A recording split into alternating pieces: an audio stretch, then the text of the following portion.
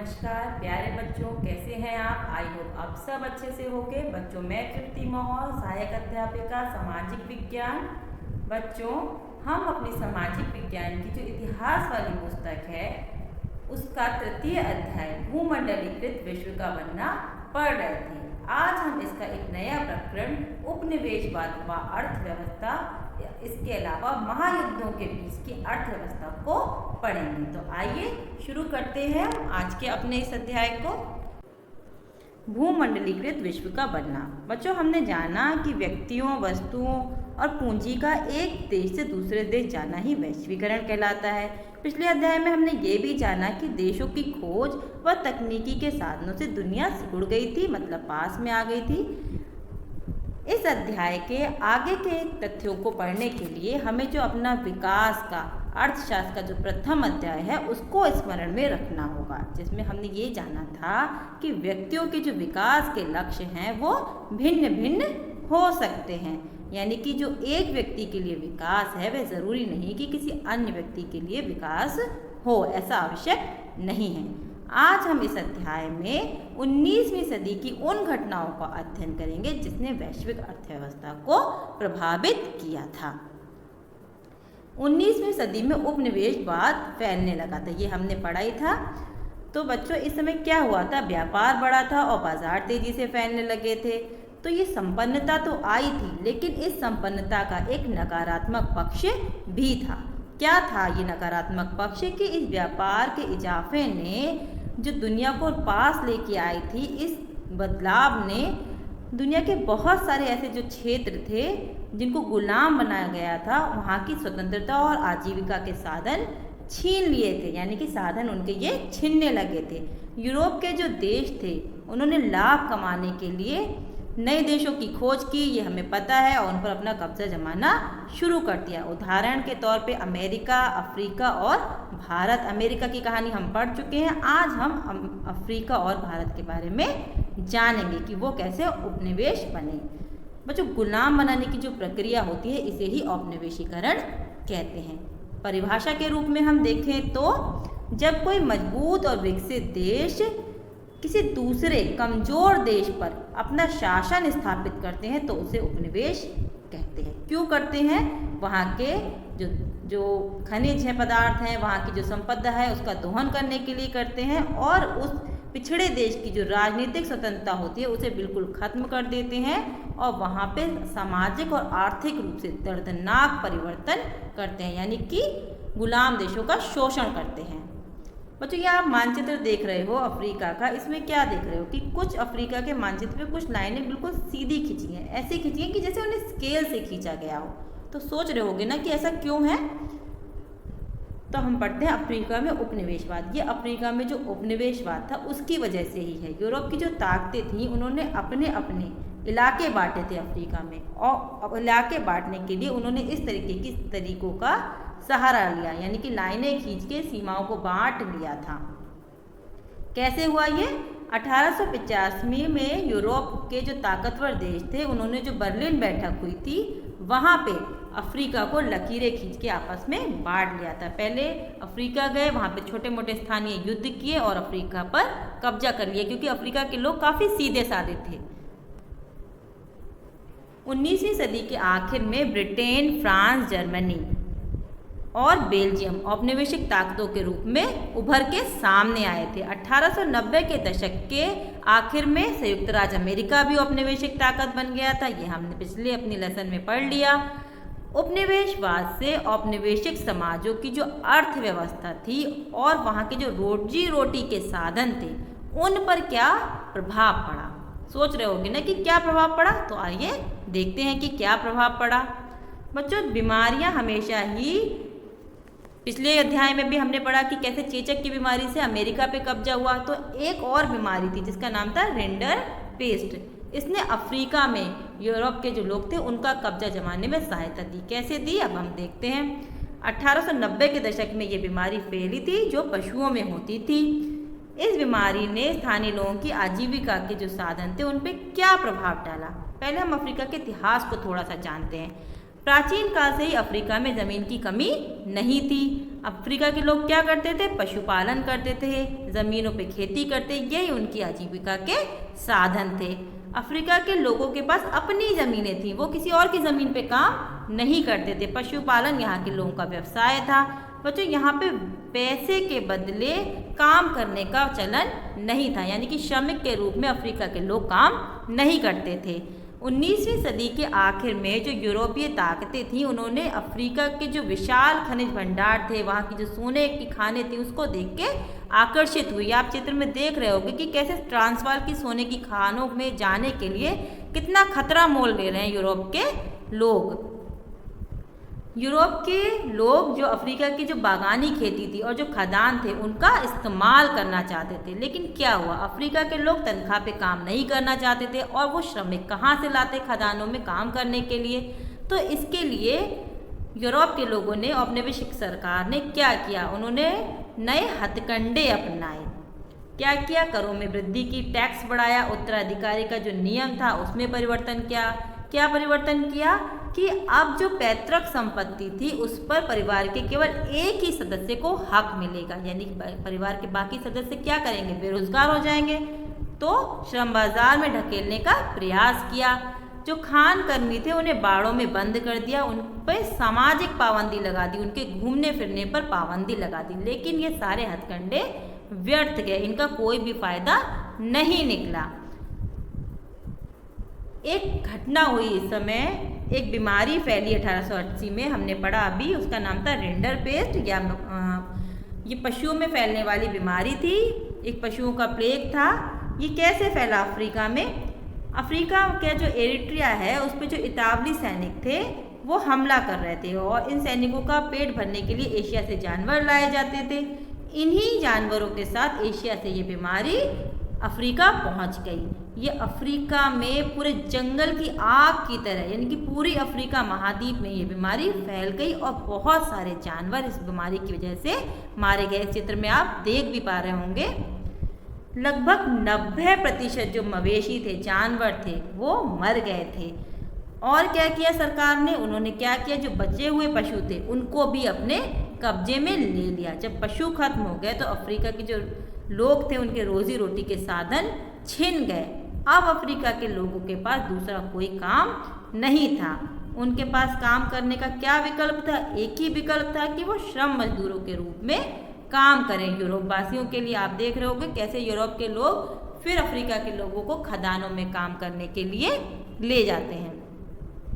ये तो रही अफ्रीका की कहानी। अब हम देखते हैं भारत से अनुबंधित यानी कि गिरमिटिया श्रमिक जो थे उनका बाहर जाने का सिलसिला कैसे शुरू हुआ। गिरमिटिया मजदूर आपको याद होगा बाबा रामचंद्र जिन्होंने किसानों के आंदोलन का नेतृत्व किया था, याद आया बच्चों। भारत में अनुबंधित श्रमिकों को ले जाया जाना भी 19वीं सदी की दुनिया की एक विविधता यानी कि एक अंतर को प्रतिपादित करता है। गिरमिटिया मजदूर होते कौन थे? आप सोच रहे होंगे बच्चों, एक एग्रीमेंट हुआ करता था जिसके द्वारा औपनिवेशिक शासन के दौरान मजदूरों को काम करने के लिए फिजी, गयाना, वेस्ट इंडीज आदि स्थानों पर ले जाया जाता था, यानी कि श्रम का पलायन होता था। इन मजदूरों को ही बाद में गिरमिटिया, क्योंकि एग्रीमेंट को गिरमिट कहते थे, तो इन मजदूरों को गिरमिटिया श्रमिक कहा जाने लगा। एक चित्र है त्रिनाद का, वहाँ के कोको के खेत में गिरमिटिया मजदूर काम कर रहे हैं, भारतीय गिरमिटिया मजदूर काम कर रहे हैं। इन मजदूरों को क्यों लेके जाते थे? खदानों में काम करने के लिए, सड़क रेलवे के निर्माण करने के लिए, इन सारे काम करने के लिए दूर दूर के देशों में ले जाया जाता था। तो आप क्या देख रहे हैं? ये देख रहे हैं कि एक तरफ तो आर्थिक वृद्धि का युग था, दूसरी तरफ उत्पीड़न की नई दुनिया बसी थी इस समय। भारत से जो अनुबंधित श्रमिक लेके जाए जाते थे वो कौन कौन से इलाकों से लेके जाए जाते थे? पूर्वी उत्तर प्रदेश से, बिहार से, मध्य भारत से, तमिलनाडु से, इन सारी जगहों से ये अनुबंधित मजदूर लेके जाए जाते थे। 19वीं सदी में इन इलाकों में बहुत ज़्यादा बदलाव आने लगा था। कारण क्या थे? क्यों जाते थे ये लोग? कुटीर उद्योग खत्म हो गए थे क्योंकि इंग्लैंड से बना सामान आने लगा था, ज़मीनों पे भाड़ा बढ़ गया था, और खानों और बागानों के लिए ज़मीनों को साफ किया जा रहा था, यानी कि अब खेती करने के लिए जगह थी नहीं। इन मजदूरों को भर्ती का काम एजेंट करते थे और एजेंटों को उसके बदले में क्या मिलता था? कमीशन मिलता था। गरीबी और पीड़न से तंग आके जो श्रमिक होते थे वो इन अनुबंधों को मान लेते थे। कमीशन की वजह से ये जो एजेंट थे ये झूठी जानकारियां देते थे, ये नहीं बताते थे कि कहाँ जाना है, क्या काम करना होगा, ले जाने के तरीके क्या होंगे, समुद्र से लेके जाया जाता था ये बात भी नहीं बताई जाती थी, और वहाँ पे काम करने की यानी कि जिस देश में लेके जा रहे हैं वहाँ पे काम करने की क्या दशाएं होंगी ऐसा कुछ बताया नहीं जाता था। इसीलिए इस प्रथा को दास प्रथा का नाम दिया गया, क्योंकि इन मजदूरों को नंबर अलॉट किए जाते थे, नाम से नहीं नंबर से पुकारा जाता था, तो एकदम दासों की तरह रखा जाता था। जब ये नए जगह पे जाते थे वहाँ काम करने की परिस्थितियाँ बहुत ज़्यादा कठोर होती थी। इन मजदूरों के पास किसी भी प्रकार का कोई कानूनी अधिकार भी नहीं होता था। इसके बावजूद भी बहुत मजदूरों ने जो नए देश में जाके वहाँ अपनी ज़िंदगी जीने के तरीके ढूंढ लिए। कुछ तो जंगल में वहाँ के आदिवासियों की तरह रहने लगे, लेकिन बहुत सारे मजदूरों ने असामूहिक अभिव्यक्ति यानी कि स्थानीय लोगों के साथ मिलजुल कर नई परंपराओं को जन्म दिया, जैसे कि होसे, रास्ताफारियानवाद और चटनी म्यूजिक। ये सब क्या है? ये जो अनुबंधित मजदूर गए थे दूसरे देशों में वहाँ की मिली जुली परंपराएं हैं।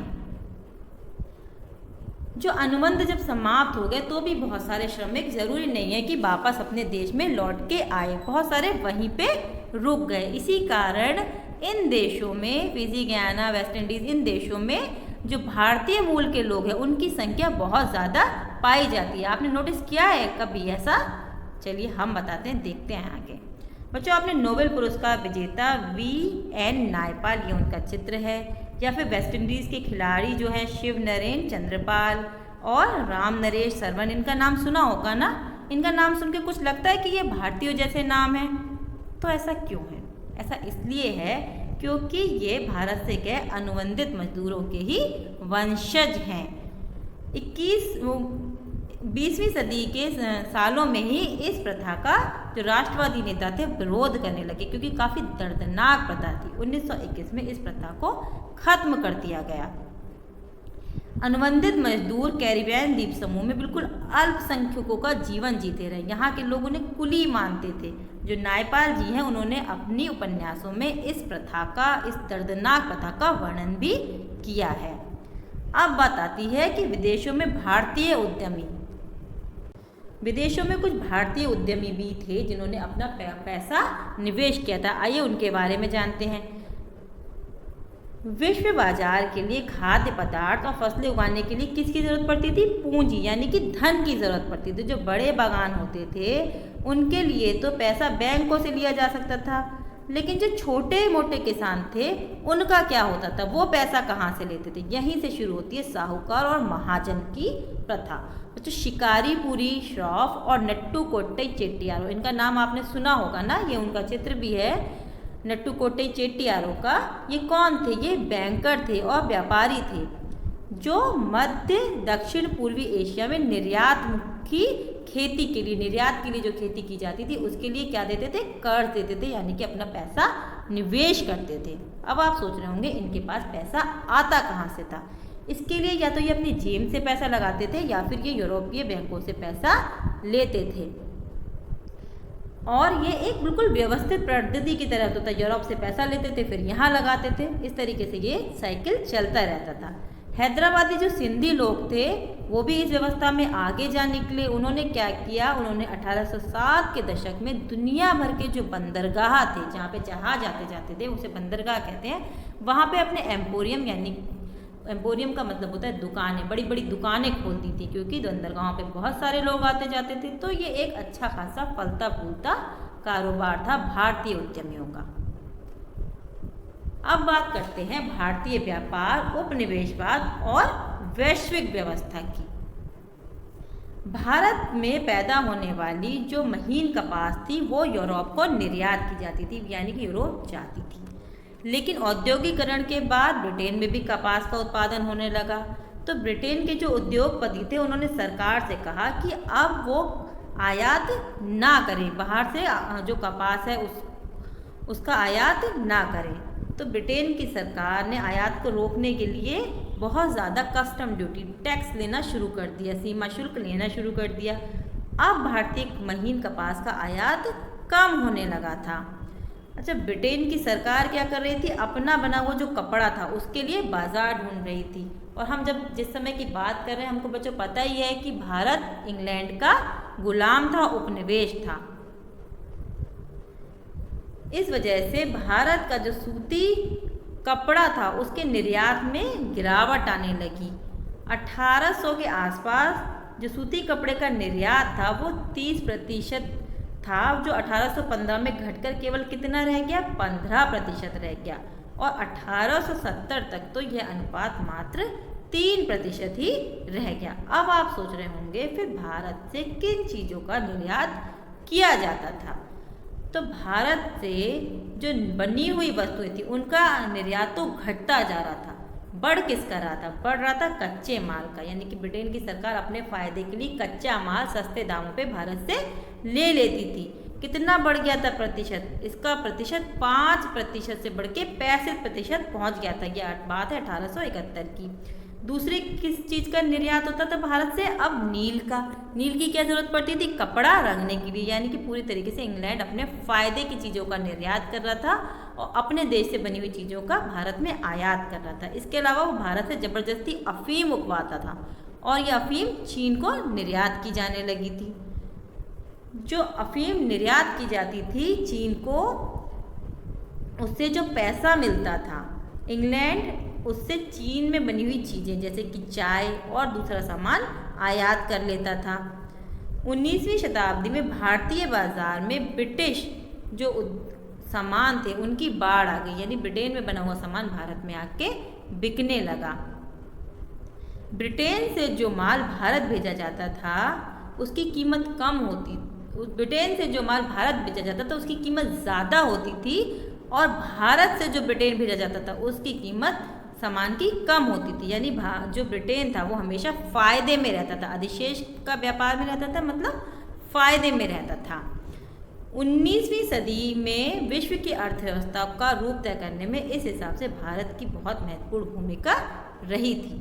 अधिशेष का प्रयोग ब्रिटेन किस में करता था, अपने खर्चों में करता था। देसी चार्जेस जो होते थे, जो अपने उसके स्थानीय खर्च थे, उनमें इस जो पैसा था वह उसका इस्तेमाल करता था।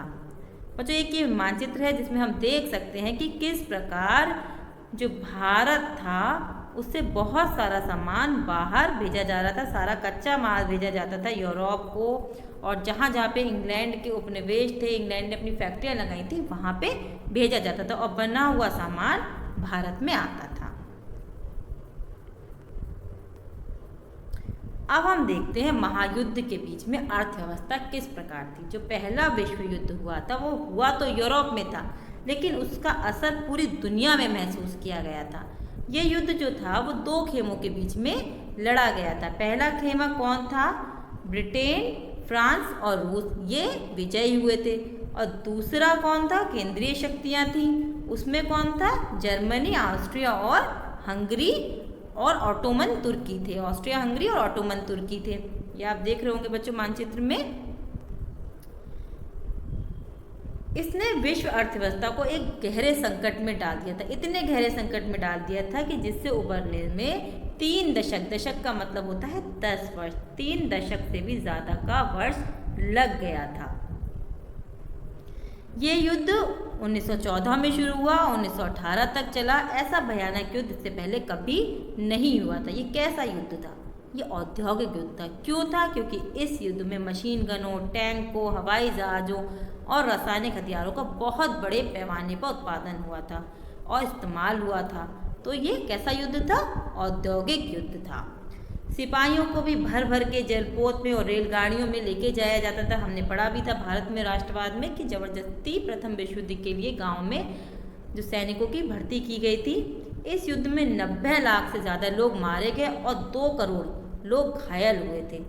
जो लोग मारे गए थे उनमें ज़्यादातर पुरुष थे और कामकाजी लोग थे। इसका क्या असर पड़ा, इसका असर ये पड़ा कि परिवार के सदस्य घट गए, लोगों की परिवार की जो आय थी वो भी गिर गई क्योंकि पुरुष ज़्यादा मारे गए थे और पुरुष मोर्चों पे लड़ने भी चले गए थे, तो घर की औरतों को घर से बाहर निकल के काम करना पड़ा। आप इस चित्र में देख पा रहे होगे बच्चों कि खेतों में और फैक्ट्रियों में कौन काम कर रहा है, महिलाएं काम कर रही हैं। तो एक ये परिवर्तन नया हुआ था कि महिलाएं घर से बाहर निकल के काम करना उन्होंने शुरू किया था। यूरोप की जो सबसे शक्तिशाली ताकतें थीं, जो फ्रांस और जर्मनी, उनके बीच में आर्थिक संबंध टूट गए और वो एक दूसरे से बदला लेने पर उतारू थे। इस समय क्या परिवर्तन आया, जो अमेरिका था उसने कर्ज देना शुरू किया। अब अमेरिका कर्जदार की जगह कर्जदाता देश बन गया था, यानी कि अमेरिका अब क्या कर रहा था, कर्जा दे रहा था, ना कि कर्जा ले रहा था। प्रथम विश्व युद्ध के बाद अमेरिका एक महाशक्ति के रूप में उभर के आया था। अब हम देखते हैं युद्ध के बाद क्या परिवर्तन आया था। सबसे पहले देखते हैं ब्रिटेन की स्थिति में क्या परिवर्तन आया था। हमें पता है बच्चों, प्रथम विश्व युद्ध से पहले ब्रिटेन जो था दुनिया की सबसे बड़ी अर्थव्यवस्था था, सबसे बड़ा महत्वपूर्ण देश था।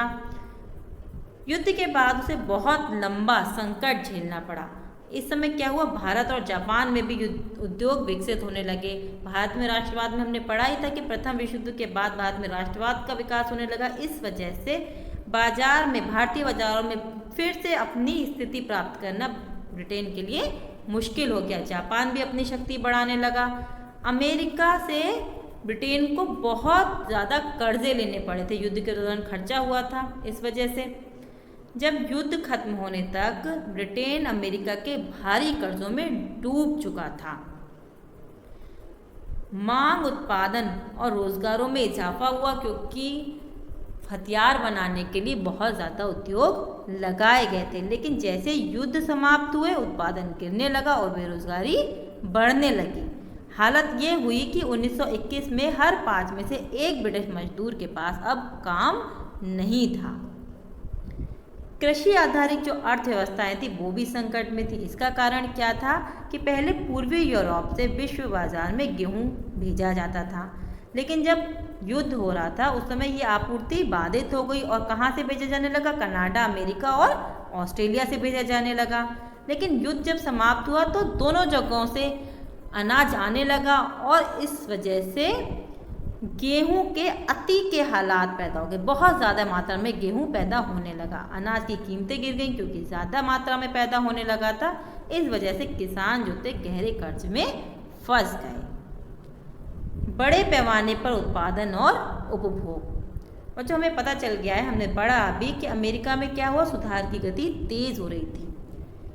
1920 के दशक में अमेरिका की जो अर्थव्यवस्था थी उसमें एक नई खासियत आई। ये क्या था, बृहद उत्पादन यानी मास प्रोडक्शन, बड़े पैमाने पर उत्पादन। जो कार निर्माता थे हेनरी फोर्ड, उन्होंने इस शैली को निर्माण किया था। उन्होंने सबसे पहले जो अपने डेट्रॉयट का कारखाना था, कार का खाना था, वहाँ पे एक नई व्यवस्था शुरू करी जिसका नाम था असेंबली लाइन। इस असेंबली लाइन में क्या होता था, मजदूरों को लगातार एक ही काम मशीनी ढंग से बराबर लगातार करना पड़ता था। जैसे कि कोई अगर एक पुर्जा लगा रहा है तो वो पूरे दिन वही पूरे टाइम एक ही काम करेगा, पुर्जा लगाने का। इससे क्या होता था, गति बढ़ाई जाती थी। गति से क्या बढ़ती थी, उत्पादकता बढ़ती थी। और जब कन्वेयर बेल्ट पे मजदूर खड़े होकर काम करते थे तो बिल्कुल अपने काम में ढील नहीं दे सकते थे, उन्हें बिल्कुल अवकाश नहीं मिलता था। इतना ज़्यादा उत्पादकता बढ़ गई कि हर 3 मिनट में एक कार तैयार होने लगी। टी मॉडल पर बनी कार जो थी वो बृहद उत्पादन पर बनी पहली कार थी। ये टी मॉडल कंपनी का एक फोटो है जिसके बाहर हम टी मॉडल पे बनी हुई कार को देख सकते हैं। मजदूरों में क्या होने लगा, इस वजह से लगातार काम करने की वजह से थकान आने लगी। तो उन्होंने क्या किया, कंपनी के मालिक ने, उन्होंने वेतन बढ़ा दिया, दुगना कर दिया।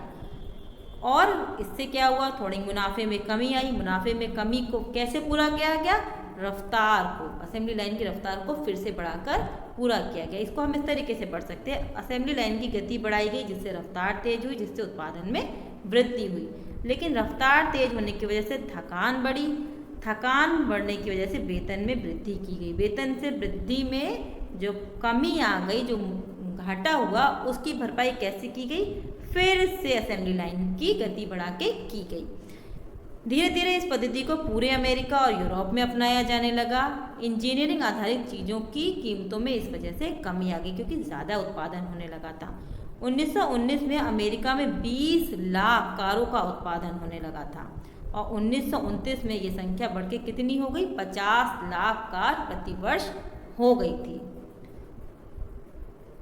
अब वेतन अच्छा हो गया था, आपको पता है वेतन में वृद्धि हो गई थी, तो मजदूर भी कार है, टिकाऊ सामान है, ऐसी चीज़ें, फ्रिज, ये सब चीज़ें, टीवी खरीदने लग गए थे। ये सब चीज़ें कैसे खरीदी जाती थी, हायर परचेज व्यवस्था के तहत की जाती थी। हायर परचेज व्यवस्था का मतलब होता है कर्ज लेके, यानी कि लोन लेके खरीदी जाती थी। 1923 में अमेरिका दुनिया का सबसे बड़ा कर्जदाता देश बन गया था। अगले 6 साल में विश्व व्यापार और अन्य आय वृद्धि के जो साधन में उनमें बहुत सुधार आया, बहुत ज़्यादा बढ़ोतरी हुई। लेकिन बच्चों ये स्थिति जो थी बहुत ज़्यादा लंबे समय तक कायम नहीं रह पाई। 1929 आते आते दुनिया को फिर से एक आर्थिक संकट का सामना करना पड़ा, जिसका दुनिया ने इससे पहले कभी अनुभव नहीं किया था। अब आप सोचिए कि वो ऐसा क्या कारण रहा होगा, ऐसी क्या दशाएं रही होंगी जिसकी वजह से फिर से ये आर्थिक संकट आया। इसका अध्ययन हम अपनी नेक्स्ट कक्षा में करेंगे। तो एक बार हम स्मरण कर लेते हैं कि इस अध्याय के अंतर्गत हमने क्या क्या पढ़ा। तो बच्चों इस अध्याय के अंतर्गत इस अध्याय में हमने जाना कि 19वीं सदी के अंत में वैश्वीकरण जो था उसने उपनिवेशवाद को बढ़ावा दिया। अफ्रीका और भारत की कहानी हमने देखी और फिर हमने क्या देखा कि औपनिवेशिक देशों के इस आर्थिक शोषण ने वहाँ की जो सामाजिक और आर्थिक राजनीतिक दशाएं थी उन पे बहुत ज़्यादा प्रभाव डाला। परिणाम स्वरूप क्या हुआ, इस आर्थिक स्तर पर आए बदलाव ने औपनिवेशिक जो देश थे उनमें राष्ट्रीय भावनाएं जागृत की और उनके अंदर ऐसी भावनाएं जागृत की कि वो अब इस औपनिवेशिक व्यवस्था से आज़ाद होना चाहते थे। ये हमने देखा। और क्या देखा, हमने क्या जाना इसके अलावा कि प्रथम विश्व युद्ध था उसने आर्थिक ढांचे को फिर से परिवर्तित किया। अब क्या हुआ, प्रथम विश्व युद्ध के बाद फिर हमने अमेरिका को देखा कि अमेरिका अब वैश्विक शक्ति के रूप में उभर के आया। अभी तक कौन था, इंग्लैंड था। प्रथम विश्व युद्ध के बाद कौन उभर के आया, अमेरिका उभर के आया। तो इससे हमें क्या पता चलता है, इससे हमें यह पता चला, इस पूरे अध्याय के जो बिंदु थे उनके अध्ययन से हमें यह पता चला कि समय व परिस्थिति के अनुरूप अर्थव्यवस्था में परिवर्तन होता रहता है और वैश्वीकरण के कारण इस परिवर्तन का प्रभाव विश्व के सभी देशों पे पड़ता है, क्योंकि वैश्वीकरण की वजह से विश्व के सारे देशों की अर्थव्यवस्थाएं एक दूसरे से जुड़ी हुई हैं। अब आप घर पे बैठ के सोचिए कि प्रथम विश्व युद्ध के बाद जब इतने बड़े पैमाने पे उत्पादन हो रहा था उसके बाद भी ऐसी क्या दशाएं बनी कि फिर से देशों को दुनिया को एक नए आर्थिक संकट का सामना करना पड़ा। इसके अलावा गृह कार्य के रूप में आप अपनी जो अभ्यास पुस्तिका है, जो अपनी कॉपी है, उसमें एक प्रश्न लिखेंगे कि प्रथम विश्व युद्ध का वैश्विक अर्थव्यवस्था पर क्या प्रभाव पड़ा। तो इसी के साथ आपको ये चैप्टर अच्छे से समझ में आ गया होगा। आज की कक्षा के जो प्रमुख बिंदु थे वो आपको समझ में आ गए होंगे। धन्यवाद।